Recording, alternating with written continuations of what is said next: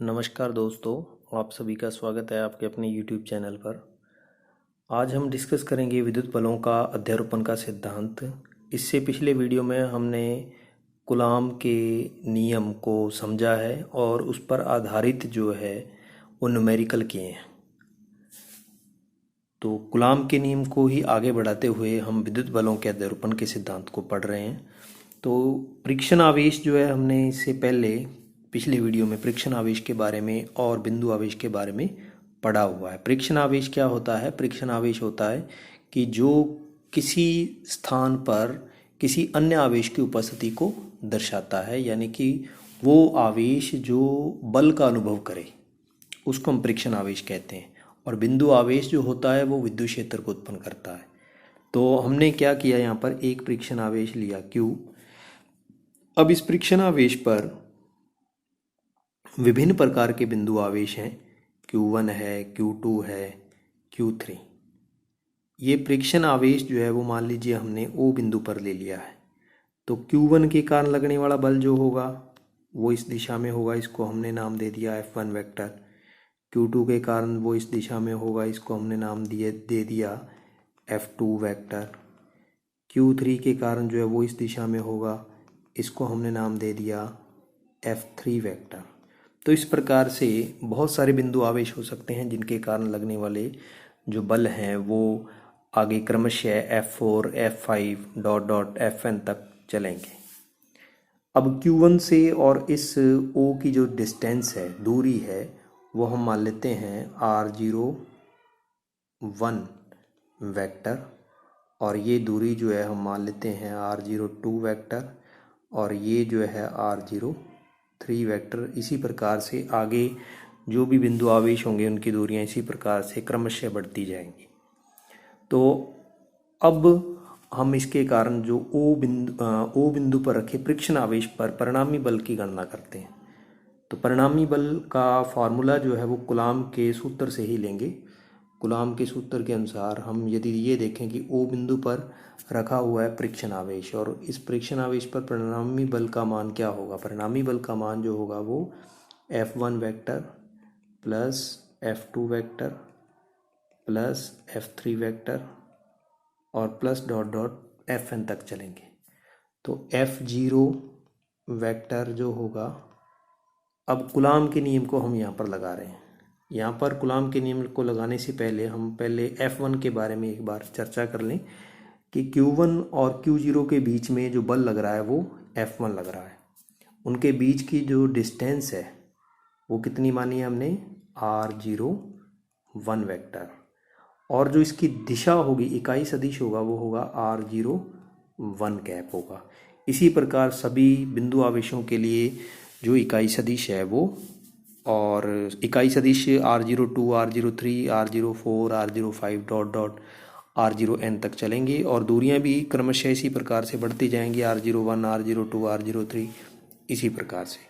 तो हम इसी पॉइंटों को लेते हुए हम फार्मूले बनाते हैं। यहाँ पर हमारा पहला जो फार्मूला जो है वो Q1 Q0 अपॉन में R01 वेक्टर का whole square, R01 cap plus K Q2 Q0 upon में R02 वेक्टर का होल स्क्वायर, और इनटू में जो है वो R02 कैप आ गया। नेक्स्ट प्लस में plus K Q3 Q0 upon में R03 वेक्टर होल स्क्वायर, और फिर R03 कैप। इस प्रकार से वैल्यू आगे बढ़ती जाएगी। अब इनमें हम क्या देख रहे हैं कि K और Q0 नेक्स्ट K और Q0 जो है वो सभी में आएगा। तो K Q0 को हमने कॉमन ले लिया। यहाँ पर ब्रैकेट में क्या बचा?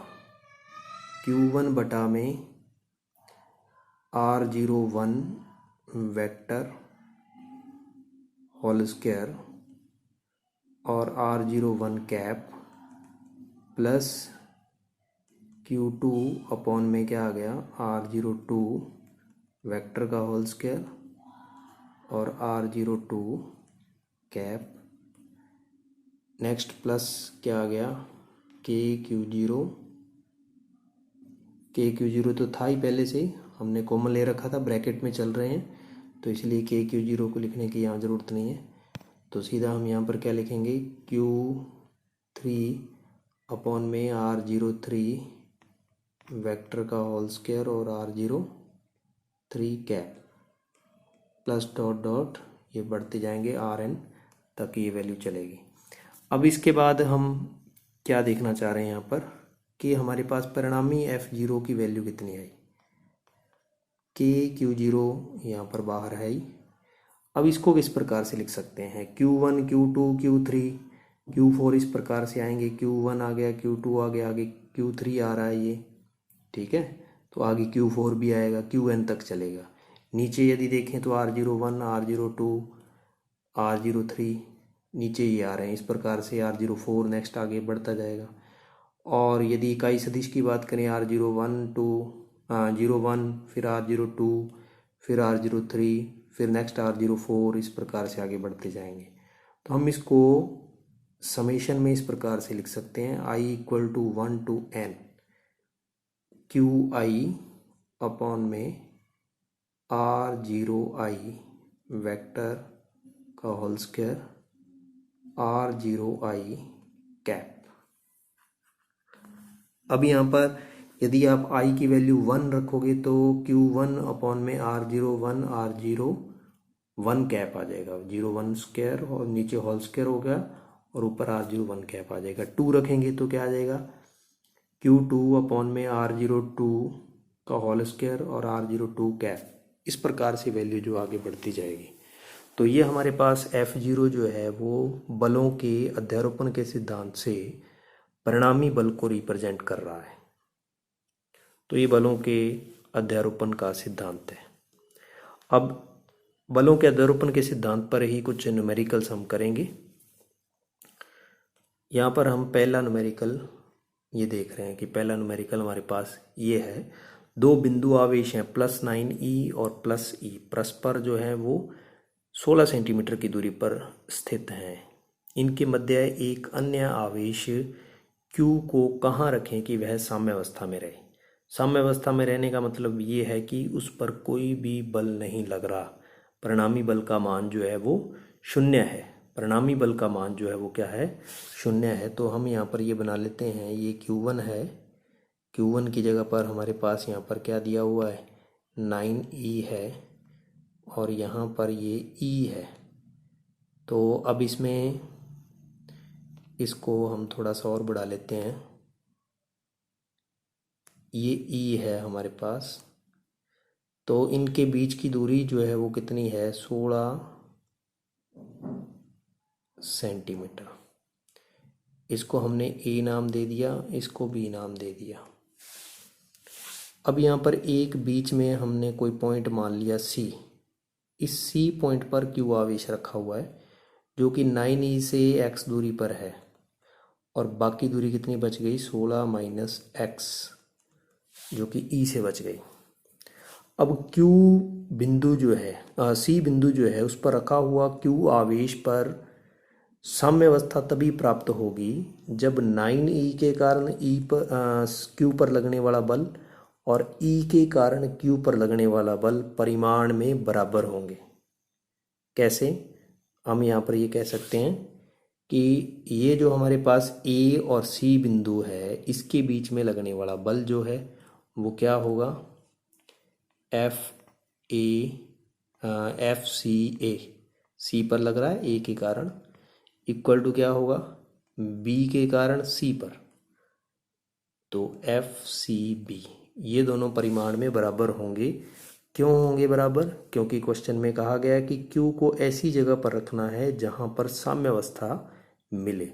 तो साम्यावस्था का मतलब है 9e के कारण Q पर लगने वाला बल और E के कारण Q पर लगने वाला बल परिमाण में बराबर होंगे। तो हमने ये लिख दिया। अब यहाँ पर फार्मूला हमारे पास कूलाम के नियम के अकॉर्डिंग है Q1 देखिए यहाँ पर क्या है 9e है Q1 और Q2 क्या है Q। और बीच की डिस्टेंस कितनी है x। तो 9e इंटू क्यू अपॉन में बीच की डिस्टेंस कितनी हमने कहा x, तो x स्क्वायर इक्वल टू, ये हम जो x ले रहे हैं ये सेंटीमीटर में ले रहे हैं, x किस में ले रहे हैं सेंटीमीटर में।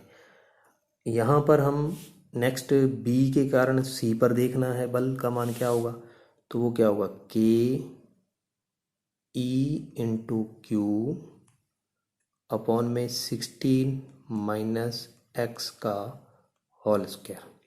k से k कैंसिल हो गया, e से e हो गया और q से q हो गया। तो आपके पास क्या बचा 9 अपॉन में एक्स स्क्वायर इस साइड में और 1 अपॉन में 16 माइनस एक्स का होल स्क्वायर इस साइड में। तो 9 upon X square equal to 1 upon में 16 माइनस एक्स का होल स्क्वायर। वर्गमूल ले लेते हैं, क्या कर देंगे वर्गमूल लेने पर क्या आ जाएगा 3 upon X equal to 1 upon 16 minus X. इसको इधर मल्टीप्लाई और इसको इधर मल्टीप्लाई, तो ये कितना हो गया 3 16 minus X equal to X, तो ये हो गया 48 माइनस 3x इक्वल टू एक्स। 48 इक्वल टू ये माइनस 3x x के साथ जुड़ जाएगा, कितना हो गया 4x, और x इक्वल टू कितना हो गया 48 अपॉन में 4 यानी कि 12 सेमी। x की वैल्यू कितनी आ गई हमारे पास 12 सेमी। अब ये x क्या चीज़ है, x यहाँ पर इस डायग्राम में हम दोबारा देखते हैं कि x क्या था, x था इस 9e से लेकर और इस q आवेश के बीच की दूरी x। इसका मतलब ये है कि हम इस q आवेश को 9e से 12 सेंटीमीटर की दूरी पर रखते हैं, तो हमें क्या मिलती है साम्यावस्था मिलती है। अब इस क्वेश्चन के अनुसार 3 आवेश जो हैं वो ए भुजा वाले समबाहु त्रिभुज के शीर्षों पर स्थित हैं। जैसे हम के डायग्राम में देख रहे हैं कि ए बिंदु पर प्लस क्यू आवेश है, सी बिंदु पर प्लस क्यू आवेश और बी बिंदु पर माइनस क्यू आवेश है। और हमने पढ़ा हुआ है कि यदि दो समान प्रकृति के आवेश हों तो वो एक दूसरे पर प्रतिकर्षण बल लगाएंगे, यानी कि बाहर की ओर धकेलेंगे एक दूसरे को, और यदि विपरीत प्रकृति के आवेश हों तो एक दूसरे को आकर्षित करेंगे। यहाँ पर जो C पर रखा हुआ Q आवेश है वो इस Q पर प्रतिकर्षण बल लगाएगा, तो इसलिए यहाँ दिशा इसकी ऐसे हो जाएगी। इसको हमने F1 नाम दे दिया। C के कारण A पर जो लगने वाला बल है, C पर भी प्लस Q आवेश है, A पर भी प्लस Q आवेश है, तो इसलिए प्रतिकर्षण बल अनुभव होगा, जिसकी दिशा जैसे ये वाले तीर दिखाए हुए हैं तो इस प्रकार बाहर की ओर होगी।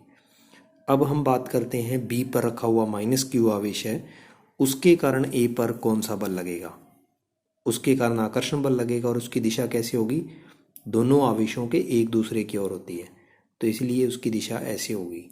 तो यहाँ पर जो बल आ जाएगा वो हमारे पास क्या आ जाएगा F2, और इन दोनों का परिणामी जो होगा वो इस प्रकार से होगा जिसका मान होगा FA, नाम दे देते हैं हम इसको FA। FA जो होगा वो अध्यारोपण के सिद्धांत से FA की वैल्यू निकलेगी। यहाँ पर एंगल जो है समबाहु त्रिभुज है, इसलिए यहाँ पर प्रत्येक एंगल जो है वो कितना होगा 60 डिग्री का होगा। F1 ये है और F2 ये वाला है, तो इसके बीच में ये वाला एंगल कितना होगा, ये होगा 120 डिग्री का। कितना हो जाएगा 120 डिग्री का। और इसका जो परिणामी बल FA का जो मान आएगा वो किस प्रकार से आएगा, वो सदिशों के अध्यारोपण के सिद्धांत से आता है, जिसका फार्मूला हमारे पास आ जाएगा FA equal to under root F1 square plus F2 square plus 2F1 F2 cos of theta, लेकिन थीटा का मान 120 डिग्री के बराबर है। अब यहाँ पर हमारे को F1 और F2 की वैल्यू लिखनी है। F1 की वैल्यू जो है वो है हमारे पास k क्यू स्क्वायर अपॉन में ए स्क्वायर। ए भुजा है, यहाँ पर देखिए ए भुजा है, तो इसलिए इन दोनों के बीच की दूरी जो होगी वो कितनी होगी, ए। ऐसी इन दोनों के बीच की दूरी भी कितनी है, ए ही है।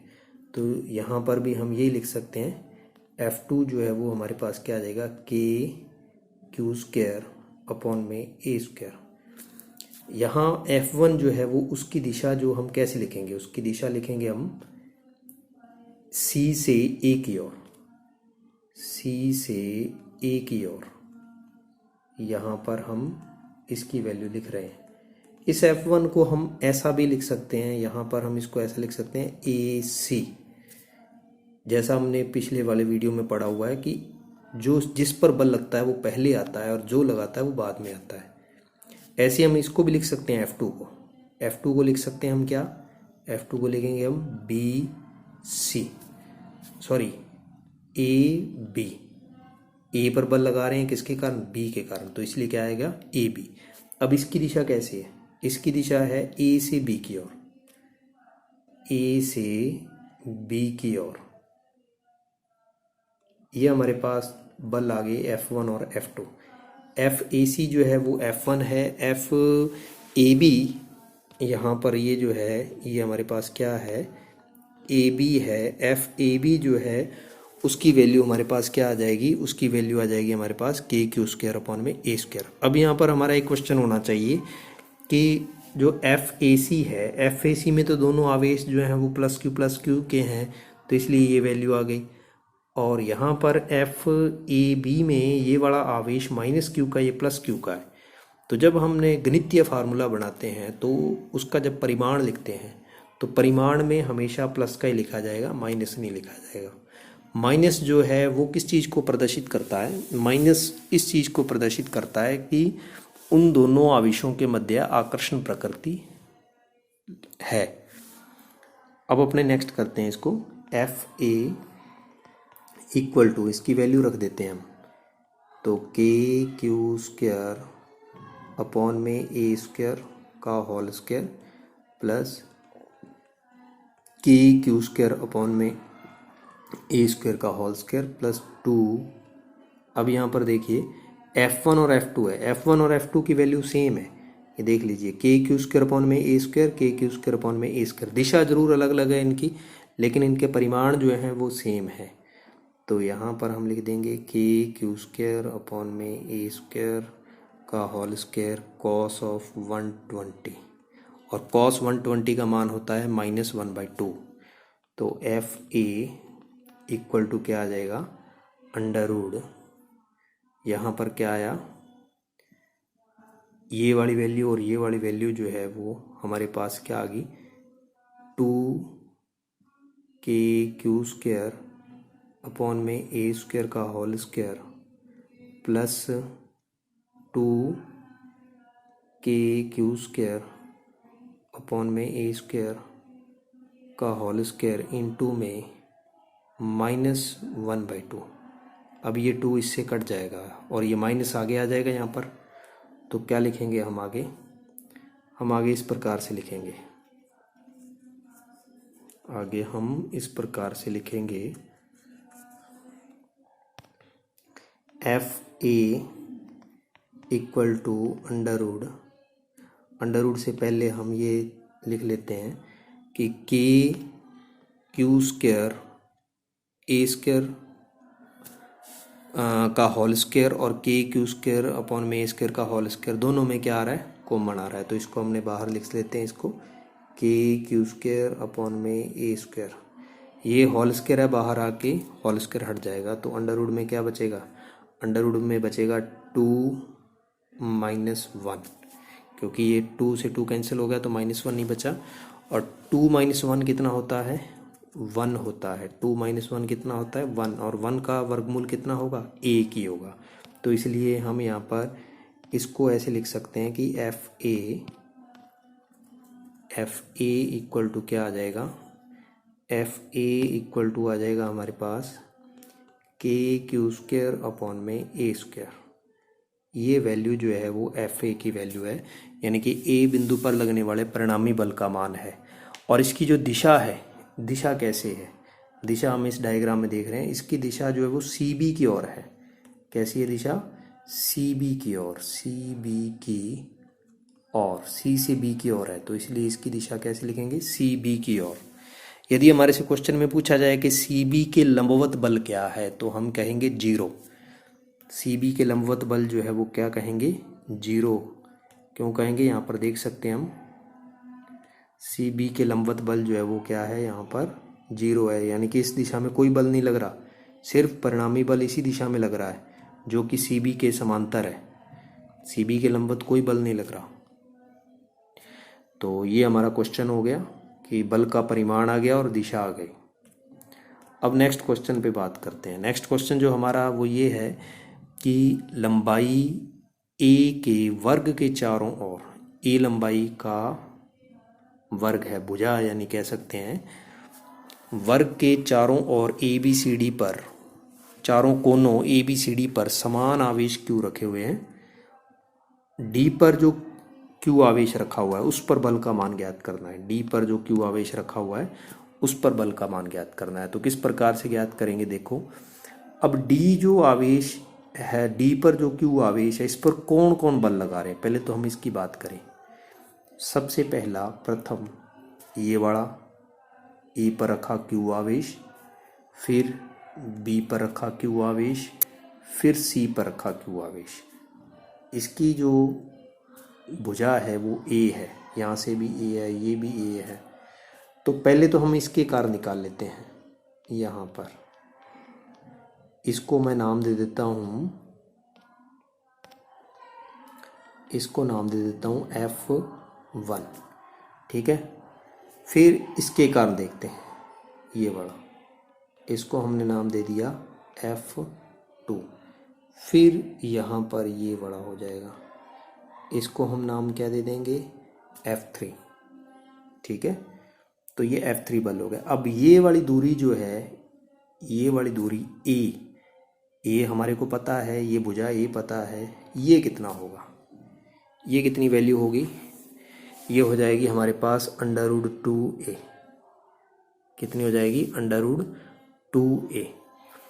अब इस F1, F2, F3 इनका यदि हम परिमाण लेना चाहें, परिमाण सभी के बराबर आएंगे, आप चाहे निकाल लो, परिमाण क्या आएंगे? बराबर। कैसे बराबर आएंगे? क्योंकि ए बिंदु पर क्यू आवेश है और डी पर भी क्यू है, तो इन दोनों के मध्य लगने वाला बल क्या होगा? कि Q1 की जगह पर Q आ गया, Q2 की जगह पर फिर Q आ गया, अपॉन में बीच की दूरी क्या है? A, और A का होल स्क्वायर कर देंगे तो Q इंटू Q क्या हुआ?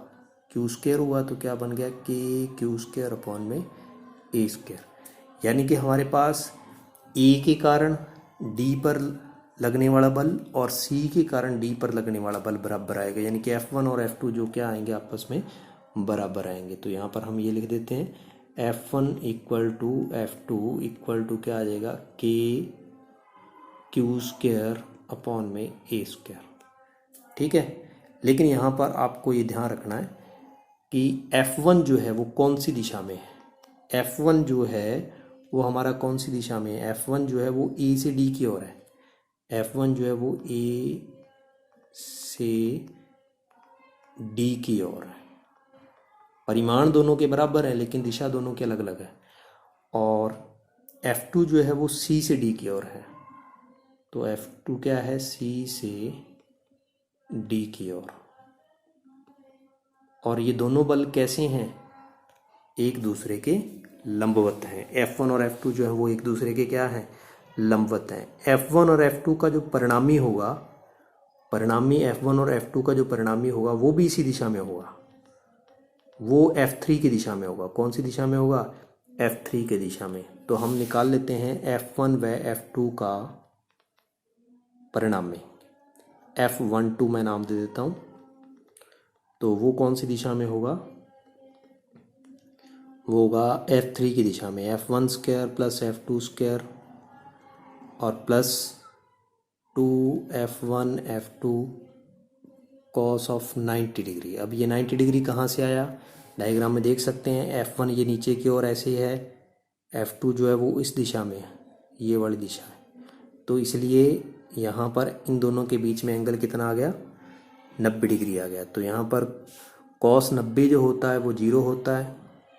0 होने के कारण ये वाला भाग जो है, ये वाला पार्ट इतना, ये वाला पार्ट क्या हो गया, 0 हो गया। ये वाला पार्ट 0 हो गया तो हमारे पास वैल्यू क्या आ गई, हमारे पास वैल्यू ये आ गई F12 वेक्टर लगाने की ज़रूरत नहीं है। तो इक्वल टू यहाँ पर अंडर रूट में हम क्या लिखेंगे, अंडर रूट में लिखेंगे के क्यू स्क्वायर अपॉन में ए स्क्वायर प्लस का होल स्क्वायर के क्यू स्क्वायर अपॉन में ए स्क्वायर का होल स्क्वायर, और प्लस 0 हो ही गया वो। अब इसकी वैल्यू हमने पास क्या आ जाएगी total, F12 equal to under root 2 K Q square upon में ए स्क्वायर, ये F12 की वैल्यू आ गई। और जो हमारे पास F3 है, F3 को यदि देखें तो F3 भी इसी दिशा में है, तो F3 और F12 वो एक ही दिशा में है। तो परिणामी बल क्या आ जाएगा, FD पर परिणामी बल जो होगा वो क्या होगा, परिणामी बल जो होगा वो हो जाएगा F3 प्लस F12। ठीक है, ये जो बल है ये कौन सी दिशा में हमने बताया, ये बताया B से D की ओर, और इसी दिशा में जो बल है F3 वो भी इसी दिशा में है। तो परिणामी बल हमारे पास क्या आ जाएगा, F3 की वैल्यू लिखें तो K, यहाँ पर देखिए K Q, यहाँ पर Q आवेश है तो Q और Q क्यू स्क्वायर हो गया, बट अपॉन में क्या आ गया, √2a का होल स्क्वायर। यहाँ पर हम इस प्रकार से लिखेंगे K क्यू स्क्वायर अपॉन में √2a का होल स्क्वायर प्लस, प्लस क्या आया, ये वैल्यू ऊपर जो लिखी हुई है √2k क्यू स्क्वायर अपॉन में A square, Q square upon में ए स्क्वायर। नेक्स्ट क्या आ गया अपने पास, परिणामी FD हमारे पास क्या आ गया, FD equal to k Q square upon में ए स्क्वायर को मना रहा है सभी में, k क्यू स्क्वायर अपॉन में ए स्क्वायर को मना रहा है। ब्रैकेट में क्या बचा, ब्रैकेट में बचा 1/2 प्लस √2, 1/2 प्लस √2, ये √2 है, √2 का होल स्क्वायर 2 हो जाएगा, और यहाँ पर √2 है ही पहले से, तो इसलिए यहाँ पर हमारे पास फाइनल वैल्यू जो है वो ये आ जाएगी FD इक्वल टू के क्यू स्क्वायर अपॉन में ए स्क्वायर 1/2 प्लस √2। यानी कि हमारे को इस प्रकार का यदि क्वेश्चन करना है तो बलों का अध्यारोपण का सिद्धांत हमारे को पता होगा, तभी हम इस क्वेश्चन को कर सकते हैं। और इसके लिए 11th में अध्यारोपण के सिद्धांत सदिशों के, उसको आपको ध्यान में रखना पड़ेगा, उसके अनुसार ये क्वेश्चन होगा। और इसमें एक चीज़ मेन बात और याद रखनी है आपको, कि आपको ये देखना है कि ये प्लस क्यू आवेश है या माइनस क्यू आवेश है। क्यू आवेश जो होंगे, यदि ऐसे एक प्लस क्यू आवेश है, ये भी प्लस क्यू आवेश है, तो यदि ये इस पे बल लगा रहा है तो तीर का निशान बाहर की ओर लगाना है, और यदि माइनस क्यू है तो ऐसे माइनस और प्लस है तो तीर का निशान इस प्रकार से लगाना है। तो आप बल की दिशा जो है वो आपको सही तरीके से निर्धारित करनी आनी चाहिए, तभी ये क्वेश्चन जो है हो पाता है। तो मेरे हिसाब से आप जो है इस क्वेश्चन को अच्छे तरीके से आप सीख गए होंगे। अब अपने नेक्स्ट क्वेश्चन करते हैं। नेक्स्ट क्वेश्चन क्या है कि दो समान गोले हैं जिन पर विपरीत और असमान आवेश है। गोले समान हैं और विपरीत तथा असमान आवेश है, परस्पर 90 सेंटीमीटर की दूरी पर रखे हैं। इनको परस्पर स्पर्श कराकर पुनः जब उतनी ही दूरी पर रख देते हैं तो परस्पर उनके मध्य जो लगने वाला बल है वो प्रतिकर्षण बल हो जाता है। अब ये कैसे होगा इसको भी अपने समझेंगे।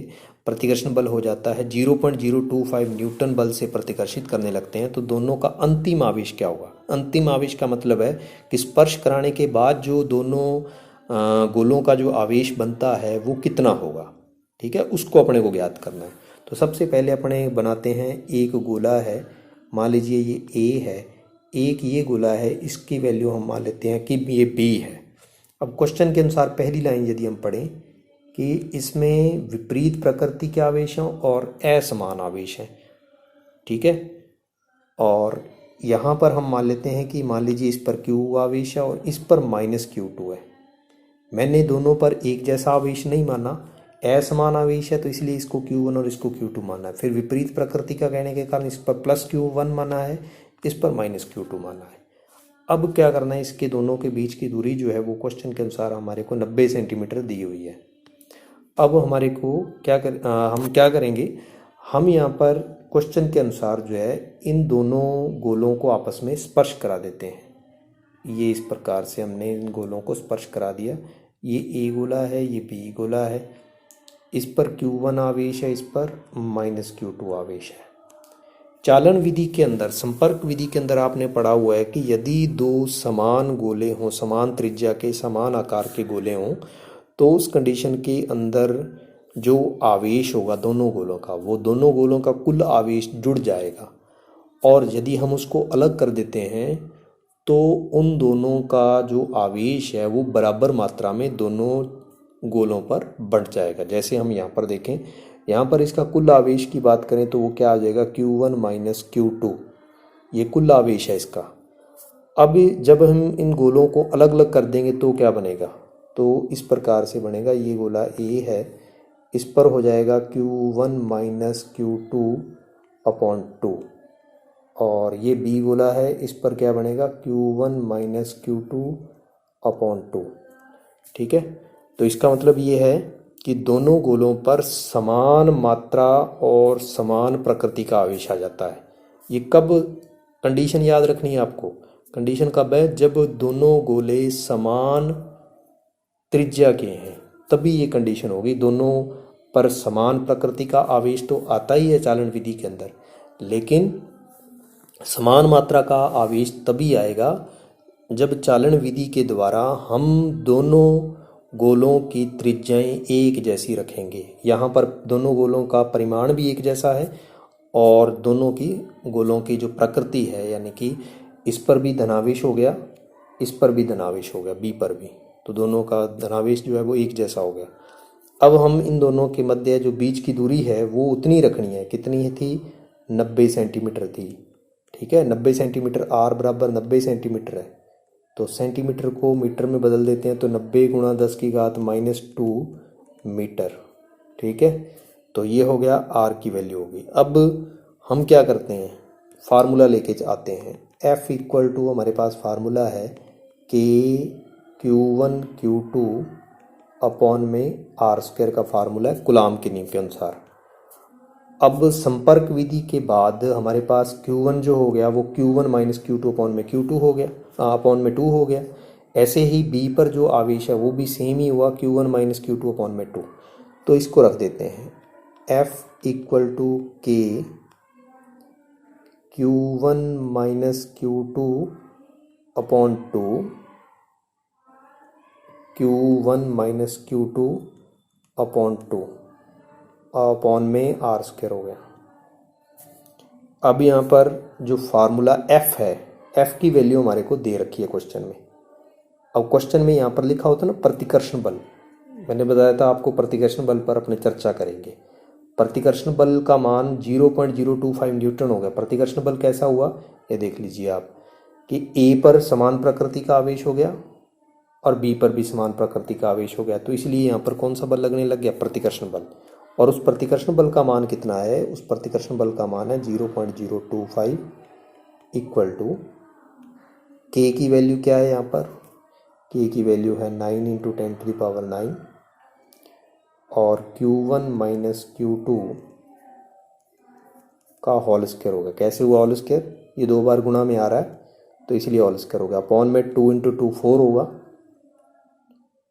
तो अपॉन में हमने क्या लिख दिया, 4 यहाँ पर लिख दिया, इनटू r जो है वो हमारे पास कितनी है, 90 सेंटीमीटर है, यानी कि 90 × 10⁻² है, तो इसका होल² कर देंगे। 90 × 10⁻² का whole square.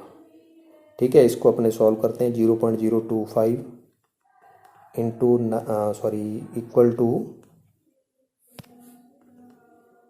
9 into 10⁹ Q1 minus Q2 whole square. ठीक है, 4 इंटू 90 इंटू 90 दो बार लिख देता हूँ मैं इसको, और 10⁻⁻4 हो गया।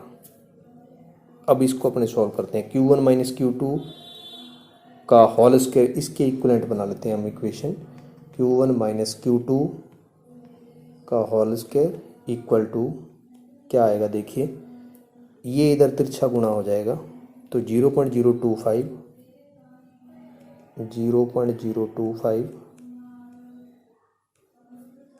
इंटू क्या आएगा 4 इंटू 90 इंटू 90, 4 इंटू 90 इंटू 90, और इंटू में क्या है 10⁻⁻4 है, -4 अपॉन में क्या आ गया, अपॉन में ये वाली वैल्यू अपॉन में चली जाएगी। 9 इंटू 10⁻9, 9 इंटू 10⁻9, तो ये इससे कट गया, 10 आ गया। ठीक है, अब Q1 माइनस Q2 का होल स्क्वायर है इक्वल टू क्या आ गया। अब इसको अपने सॉल्व कर लेते हैं। ये 4 है, ये 9 लिख लेता हूँ मैं यहाँ पर, ये एक 0 है प्लस की, ये एक 0 है फिर प्लस की, 10⁻2 होगी प्लस की, और ये -4 है, 10⁻ कितनी हो गई -2। ठीक है, और ये इस प्रकार से कितना रह जाएगा 10⁻⁻2 तो यहाँ पर बचा, और इसको हटाएंगे तो कितना आ जाएगा 10⁻³ इंटू 25 है यहाँ पर, अपॉन में 10⁻⁻9 है, +9 है। ठीक है, तो ये वैल्यू हमारे पास कितनी आ गई, इसको सॉल्व कर लेते हैं। Q1 माइनस Q2 का होल स्क्वायर इक्वल टू, यहाँ पर देखिए 4 इंटू 9 इंटू 25 को हम एक साथ लिख देते हैं, 4 इंटू 9 इंटू 25, और इंटू में देखिए, इंटू में 10⁻⁻2 और -3 -5 हुए, और ये +9 ऊपर जाकर -9 हो गए, तो टोटल कितने हो गए 10⁻⁻14। अब हमारे को वर्गमूल लेना है। वर्गमूल लेंगे तो क्या आ जाएगा, वर्गमूल लेंगे तो 4 का वर्गमूल कितना आ गया 2, 9 का कितना आ गया 3, 25 का कितना हो गया 5, और इसका कितना हो गया 10⁻⁻7। इसको मल्टीप्लाई करते हैं तो कितना आ जाता है हमारे पास 30 इंटू 10⁻⁻7, और ये आ जाएगा 3 इंटू 10⁻⁻6, यानी कि 3 माइक्रोकुलाम। क्या आ गया 3 माइक्रोकुलाम। ये 3 माइक्रोकुलाम Q1 माइनस Q2 है, Q1 माइनस Q2 है, जबकि प्रत्येक गोले पर आवेश कितना आ गया था Q1 माइनस Q2 अपॉन 2। संपर्क विधि के पश्चात प्रत्येक गोले पर आवेश ये इतना आ गया, तो इसकी वैल्यू कितनी हो जाएगी 3 माइक्रोकुलाम अपॉन 2, यानी कि कितना आ गया 1.5 माइक्रोकुलाम। ये हो गया अंतिम आवेश। हमारे से क्वेश्चन में यही पूछा था कि अंतिम आवेश बताइए, अंतिम आवेश कितना है। तो अंतिम आवेश हमारे पास क्या आ गया, अंतिम आवेश हमारे पास आ गया 1.5 माइक्रोकुलाम, जो कि प्रत्येक गोले पर समान होगा, और प्रकृति भी समान है, परिमाण भी समान है। क्यों समान है मैं दोबारा बता देता हूँ कि यदि दो गोले हैं, एक गोले की त्रिज्या R1 है, दूसरे गोले की त्रिज्या R1 है, इस गोले की भी, दोनों गोलों की त्रिज्या R1 है, तो संपर्क विधि के बाद इन दोनों पर समान मात्रा यानी कि परिमाण और समान प्रकृति का आवेश आ जाएगा। ये सिर्फ और सिर्फ तभी होता है जब दोनों का आवेश की मात्रा जो वो तभी बराबर होगी जब दोनों की त्रिज्या या आकार एक जैसा होगा, त्रिज्या एक जैसी होगी। ठीक है, तो आज की वीडियो में इतना ही। नेक्स्ट वीडियो के साथ जल्द ही मिलते हैं।